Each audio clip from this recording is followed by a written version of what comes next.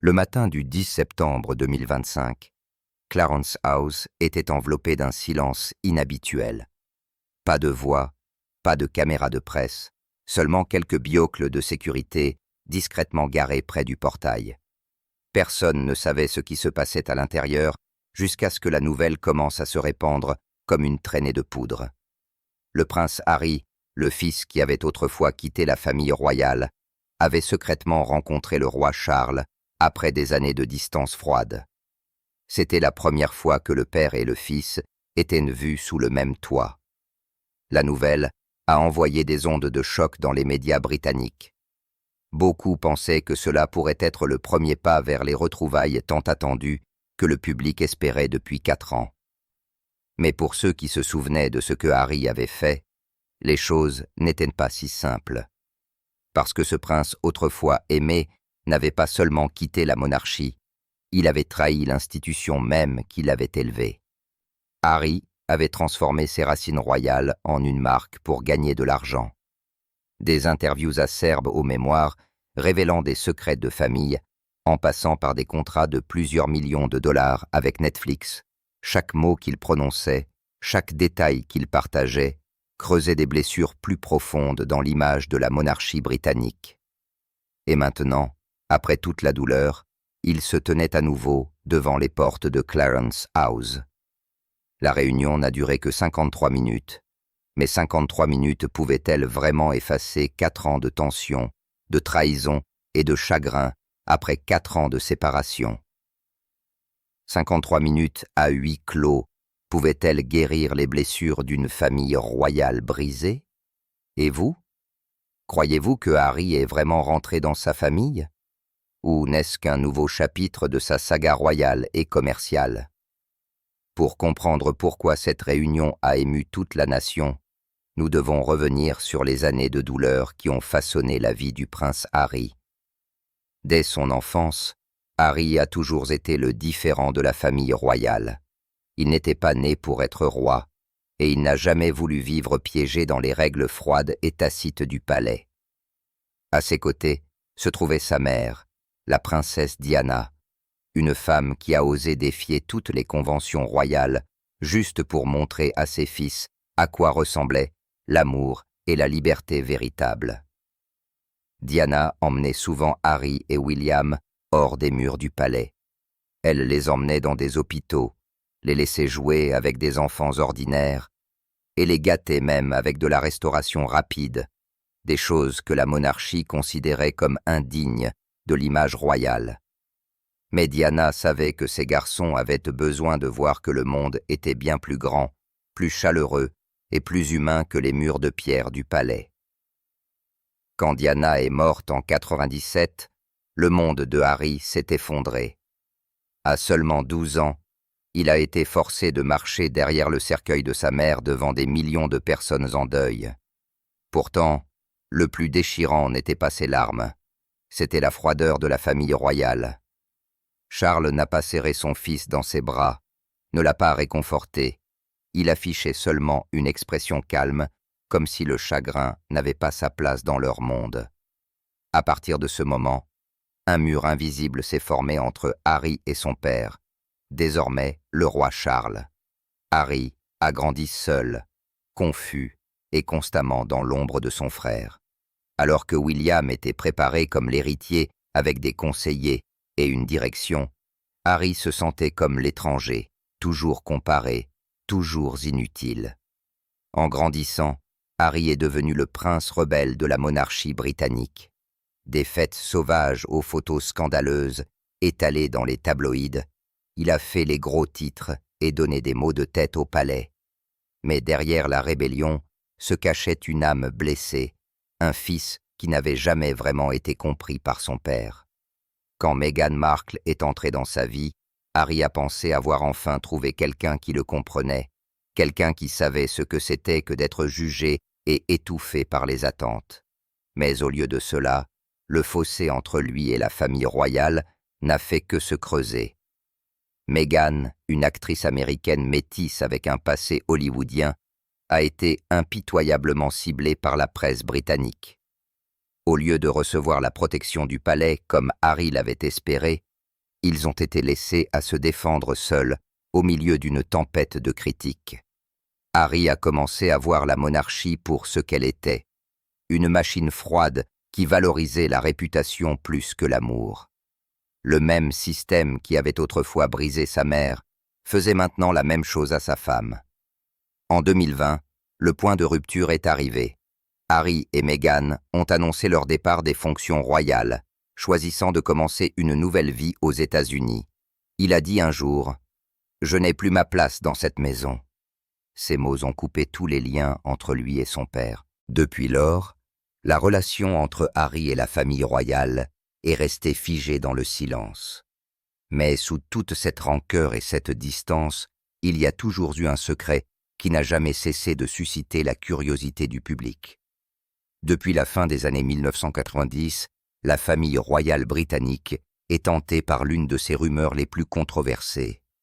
Le prince Harry ne serait pas le fils biologique du prince Charles, mais le résultat de la prétendue liaison de la princesse Diana avec un officier de cavalerie nommé James Hewitt.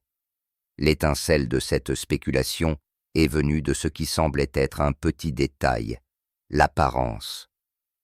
En vieillissant, beaucoup ont remarqué ses cheveux roux frappants et ses traits du visage qui ressemblaient étrangement à ceux de Hewitt.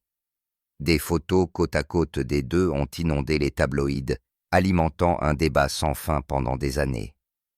Diana et Hewitt avaient ouvertement partagé une relation étroite pendant l'une des périodes les plus solitaires de son mariage.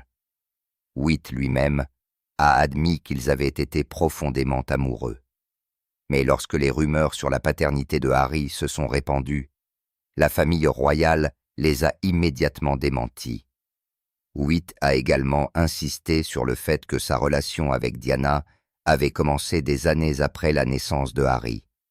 Pourtant, le public n'a jamais cessé de douter.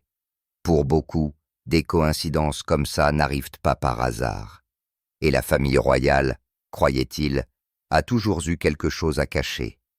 Pour Charles, la rumeur était une blessure qui ne s'est jamais cicatrisée. Un homme déjà accablé par l'effondrement de son mariage devait maintenant endurer les murmures selon lesquels son deuxième fils ne partageait pas son sang royal. La presse a enfoncé le couteau, qualifiant Harry de remplaçant mais pas d'héritier. Et au fil des années, même sans mots, la distance entre le père et le fils n'a fait que s'accroître. Harry a grandi entouré de ces murmures. Il les a entendus dans l'armée, dans les pubs, même étalés à la une des journaux. Les gens disaient qu'il était l'étranger, que même son sang n'appartenait pas à la monarchie. C'est peut-être pourquoi Harry est devenu si déterminé à se libérer du titre de prince, comme pour prouver au monde qu'il n'avait pas besoin du nom Windsor pour exister. Les années ont passé, et quand les gens ont pensé que la rumeur s'était finalement calmée, elle est revenue en force en 2020. Les médias britanniques ont éclaté lorsqu'un document en ligne a fait surface, affirmant être un rapport ADN non vérifié lié au prince Harry. Il n'y avait aucune preuve concrète, mais ces 3 lettres, ADN, ont suffi à mettre le feu à tout le pays. Buckingham Palace était resté silencieux. Harry n'a fait aucun commentaire, et le roi Charles, fragile et affaibli par la maladie, n'est apparu qu'une seule fois en public, souriant faiblement lorsqu'un journaliste lui a posé une question à ce sujet. Il n'a pas dit un mot, mais dans ses yeux, il y avait quelque chose, un mélange de compréhension et d'épuisement. Certains ont dit que Charles est resté silencieux parce qu'il connaissait déjà la vérité. D'autres pensaient que son silence était un acte de protection, protégeant son fils de la cruauté publique. Quelle que soit la raison, il n'a jamais ordonné de test ADN. Peut-être comprenait-il que ce qui importait vraiment n'était pas le sang. C'était l'amour. Harry était toujours le garçon qu'il avait autrefois porté dans ses bras, toujours l'enfant qui pleurait derrière le cercueil de sa mère, et toujours l'homme qu'il espérait voir un jour rentrer à la maison. C'est peut-être pourquoi, alors que le temps commençait à filer, le roi Charles a choisi de tout laisser tomber et de tendre la main à son fils éloigné. Début 2025, les médias britanniques ont publié une histoire qui a stupéfié la nation. La maladie du roi Charles était revenue, et cette fois, c'était pire que prévu. Les médecins royaux ont conseillé au roi de suspendre toutes ses fonctions officielles pendant une période prolongée, en se concentrant uniquement sur le traitement et en évitant le stress. La nouvelle a secoué la Grande-Bretagne jusqu'à la moelle, suscitant des craintes que le règne de 2 ans ne soit confronté à son plus grand défi à ce jour. De nouvelles photos du roi se sont rapidement répandues dans les journaux et sur les réseaux sociaux. Il avait l'air différent, plus mince, plus pâle, plus lent dans ses mouvements. Lors de rares apparitions publiques, il s'asseyait souvent en parlant, s'arrêtant parfois au milieu d'une phrase pour reprendre son souffle. La fatigue était inscrite sur son visage, même s'il essayait toujours de sourire. Il conservait toujours la dignité tranquille attendue d'un monarque. Buckingham Palace s'est alourdi de malaise. La reine Camilla est apparue constamment à ses côtés, ses yeux ombragés d'inquiétude. Des intimes ont révélé que le roi avait passé de nombreuses nuits blanches, luttant contre la douleur et l'épuisement. Pourtant, ce qui le tourmentait le plus n'était pas la maladie. C'était la solitude qui rampait à travers le palais même qu'il dirigeait. Selon des initiés royaux, alors que sa santé déclinait, Charles a commencé à changer. Il passait plus de temps à écrire, à réfléchir sur les anciennes relations qui s'étaient brisées, en particulier celles avec ses 2 fils. Lors d'une conversation privée avec un vieil ami, il a dit un jour « Le temps est le seul luxe que nous ne pourrons jamais racheter ».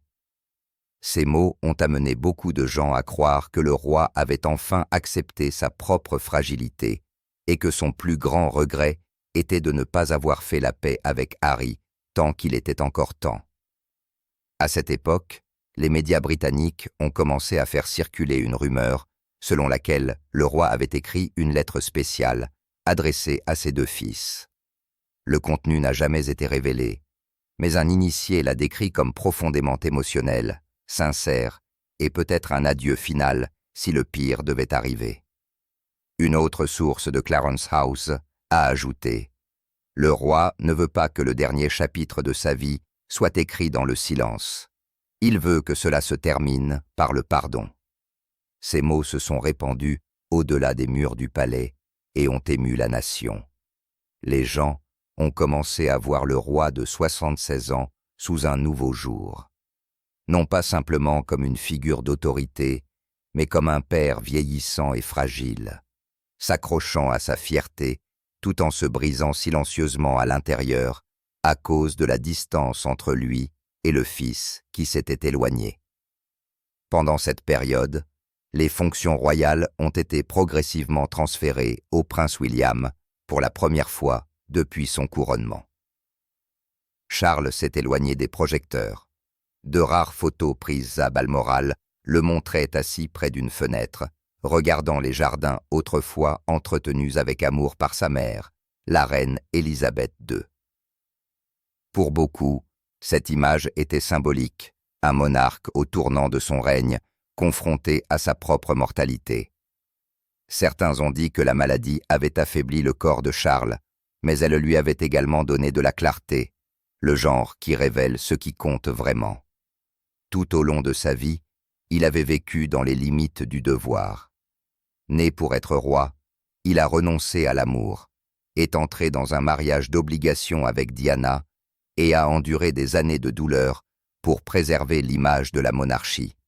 Et maintenant, alors que ses forces diminuaient, il se demandait si le titre de roi du Royaume-Uni signifiait quelque chose s'il ne pouvait pas garder les personnes qu'il aimait le plus près de lui. Un assistant royal de longue date s'est souvenu un jour d'une séance de thérapie où le roi, la voix tremblante, a dit doucement « J'ai perdu ma mère, j'ai perdu ma femme, et je ne veux pas perdre mon fils. » C'était une courte phrase, mais elle ressemblait à une rare confession d'un homme qui avait passé sa vie à cacher ses émotions derrière un masque royal calme. Des commentateurs royaux ont révélé plus tard que la santé de Charles avait déjà commencé à décliner à la mi-2024. Pourtant, il avait refusé de se reposer. Ce n'est que lorsque les choses sont devenues critiques que ses médecins ont insisté pour qu'il suspende ses fonctions. La décision a été décrite comme réticente dans tous les sens du terme. Parce que pour un homme comme Charles, s'éloigner de la responsabilité royale revenait à admettre sa défaite. Et pourtant, avec le recul, cette pause tranquille était peut-être exactement ce dont il avait besoin. Pendant ces jours calmes, les gens croyaient que Charles avait changé.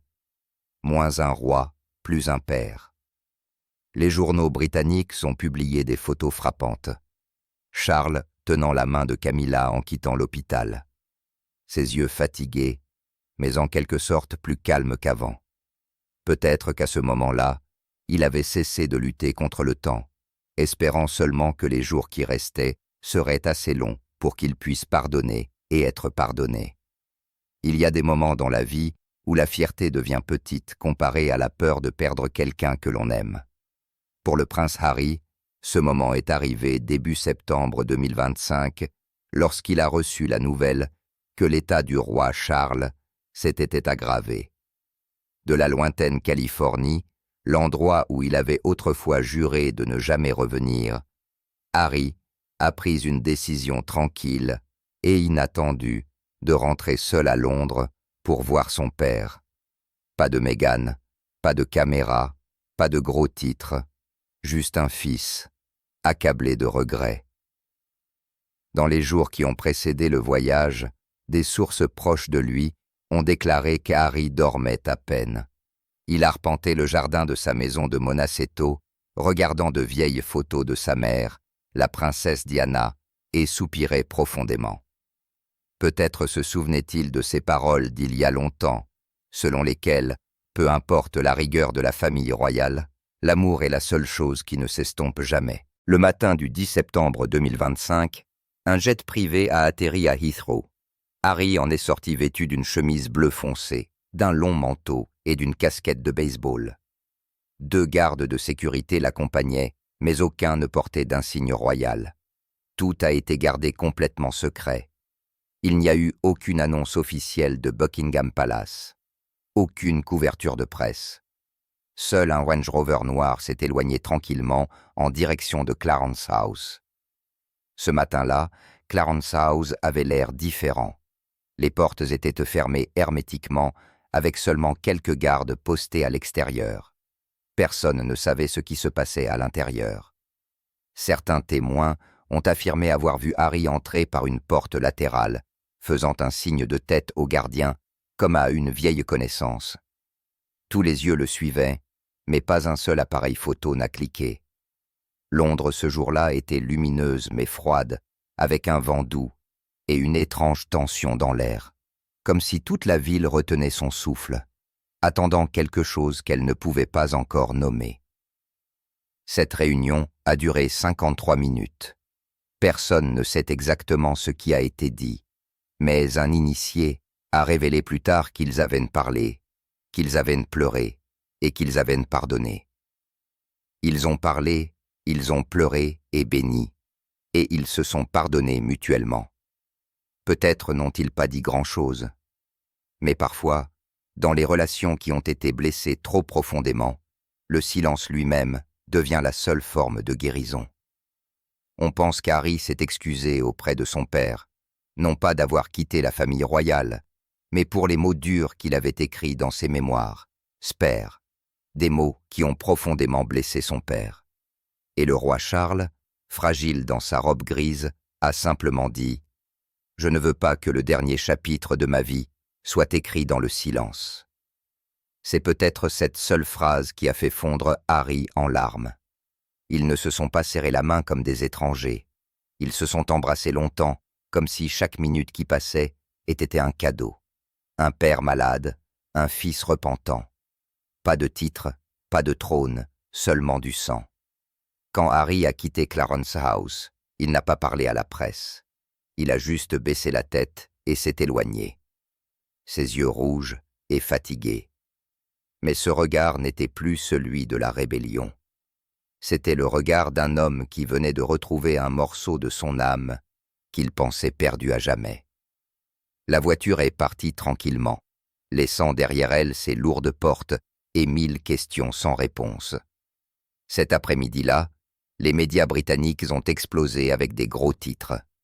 Le Daily Mail a publié l'histoire « Réunion à Clarence House, le premier pas vers la guérison ». Pour la première fois depuis des années, même les critiques les plus sévères d'Harry ont été émus. Une personne a écrit en ligne « Diana doit sourire. Cette réunion de 53 minutes était plus qu'une réunion privée entre deux hommes éloignés. » C'était un petit miracle dans une famille royale fracturée. Parce que des moments comme celui-là exigent un immense courage, le courage de mettre de côté la fierté, d'admettre ses fautes, d'aimer à nouveau. Personne ne sait ce qui se passera ensuite. Est-ce le début d'une véritable réconciliation? Harry reviendra-t-il à la vie royale, même à moitié, dans un arrangement à moitié dedans, à moitié dehors? Ou n'était-ce qu'un doux adieu entre deux personnes qui s'aimaient trop, mais n'ont jamais appris à s'accrocher? Quel que soit l'avenir, une chose est certaine. Ce matin-là, Clarence House n'était plus froide. Dans ces murs qui avaient été témoins de tant de silence, il y avait enfin des mots, des larmes, et peut-être du pardon. Et c'était peut-être la plus heureuse nouvelle que la famille royale ait eue en 2D25. Une joie non pas née des couronnes ou du pouvoir, mais du cœur. Parce que dans un monde rempli de rumeurs et de douleurs, ce qui a fait taire la Grande-Bretagne ce matin-là n'était pas le scandale ou la tragédie, mais l'image de deux hommes, un roi et un prince, retrouvant enfin leur chemin l'un vers l'autre. Et ce qui a le plus touché la nation, c'est ce que beaucoup considèrent comme le résultat de ces 53 minutes fatidiques. Après des années de distance et d'amertume, avec chaque porte apparemment fermée, cette fois-ci, c'était différent. Pour la première fois depuis qu'il a quitté la vie royale, le nom du prince Harry était prononcé non pas avec colère ou controverse, mais avec un seul mot. Espoir, selon le Times, la réunion n'était pas seulement une réunion personnelle. Elle marquait un tournant potentiel. Des sources ont révélé que le roi Charles avait exprimé son souhait que Harry revienne dans une certaine mesure, en se concentrant sur le travail humanitaire et communautaire. Les mêmes causes qui lui ont autrefois valu l'amour du public et qui portent l'héritage de sa mère, la princesse Diana. Pour la première fois en 5 ans, l'idée d'un Harry à moitié dedans, à moitié dehors, vivant indépendamment aux États-Unis, tout en contribuant à temps partiel aux fonctions royales, était de nouveau sur la table. C'était un modèle autrefois catégoriquement rejeté en 2020, lorsque la reine Élisabeth II était encore en vie. Mais cette fois, le ton du palais était différent. Certains disent que c'est le roi lui-même qui l'a soulevé. Une source proche de Clarence House a partagé « Le roi croit que ce n'est plus une question de devoir, mais de famille ». Cette phrase a touché une corde sensible, car pendant des années, la famille royale a été définie par le silence et la distance. Maintenant que le silence avait enfin été brisé, non pas par une grande déclaration, mais par quelque chose de simple et de profondément humain. Un père et un fils qui se reparlent. Notamment, des initiés ont affirmé que le prince William, dont on disait autrefois qu'il ne voulait même pas entendre le nom de son frère, ne s'y est pas opposé cette fois. En fait, dans les cercles du palais, il y avait des signes que la position de William s'était adoucie, surtout en voyant la santé de son père décliner. Un conseiller royal a déclaré « William comprend que lorsque le temps de son père est limité, l'unité familiale est le plus beau cadeau qu'il puisse lui faire. » Et ainsi, ce qui était autrefois considéré comme impossible semblait soudainement à portée de main. Les médias britanniques ont appelé cela la plus heureuse nouvelle royale de 2025. Le nom du prince Harry a recommencé à apparaître dans les gros titres nationaux, mais pas à côté du mot scandale. Cette fois, c'était la réconciliation. De nombreux Britanniques, en particulier ceux qui adoraient la princesse Diana, ont été profondément émus. Ils ont dit que si elle était vivante, c'est exactement ce qu'elle aurait voulu, ses deux fils. Après tant d'années de séparation, ils commencent enfin à se retrouver. Les réseaux sociaux ont été inondés de messages émotionnels. L'un d'eux disait « Diana sourirait au paradis ».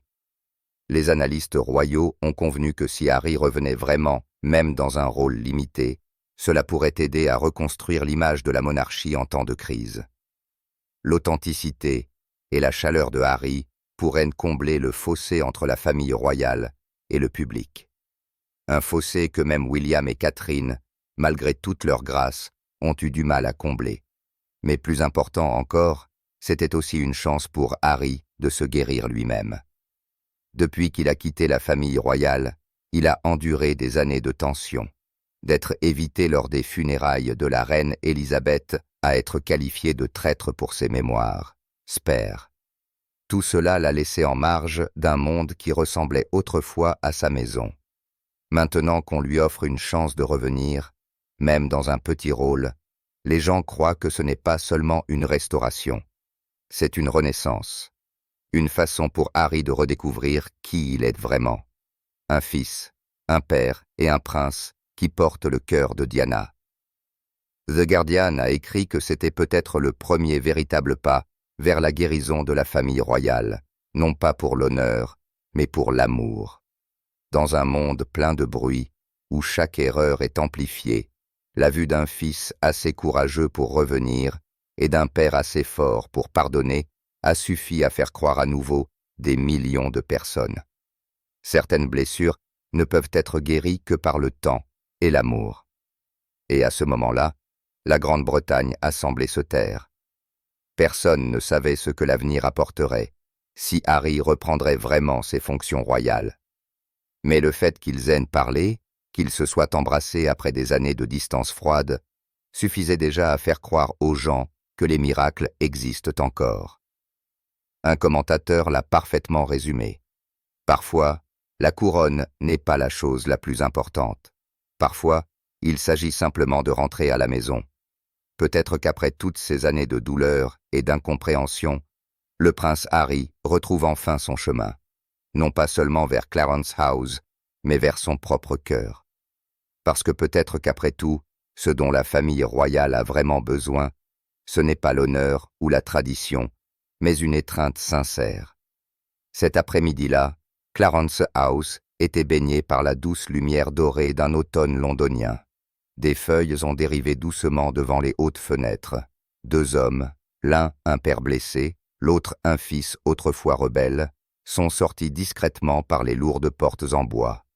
Aucun mot n'a été prononcé, seulement un silence porteur d'un sens profond. Ce n'était pas le silence de la distance, mais le silence de deux cœurs qui avaient enfin retrouvé leur chemin l'un vers l'autre après des années d'égarement. À l'extérieur de Clarence House, des gens s'étaient rassemblés depuis le matin. Ils ont apporté des fleurs, des photos de la princesse Diana et de petites cartes sur lesquelles on pouvait lire « Bienvenue à la maison, Harry ». Une femme âgée, la voix tremblante, a déclaré à un journaliste « Nous voulions juste les voir se pardonner parce que, royal ou pas, nous sommes tous humains. Nous avons tous besoin d'une famille. » Cette image s'est répandue dans toute la Grande-Bretagne comme un symbole de réconciliation.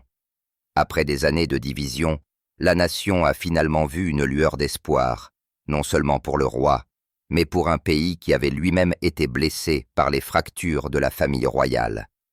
Les gens ont dit que Clarence House n'était pas seulement le lieu d'une réunion ce jour-là. C'est là que l'amour a recommencé. Il faudra peut-être du temps pour que chaque blessure guérisse, mais au moins la porte avait été ouverte et le silence remplacé par la compréhension. Dans un monde obsédé par le pouvoir et le prestige, parfois le plus grand acte de noblesse ne se trouve pas dans les couronnes ou les trônes, mais dans une simple poignée de main entre un père et son fils. Une poignée de main qui n'a pas besoin d'excuses, seulement de sincérité. Et peut-être que ces 53 minutes n'ont pas seulement guéri deux hommes. Elles ont aidé toute une monarchie à se souvenir de comment aimer à nouveau. Une monarchie autrefois perdue dans la fierté, maintenant réveillée par quelque chose de magnifiquement simple. La famille.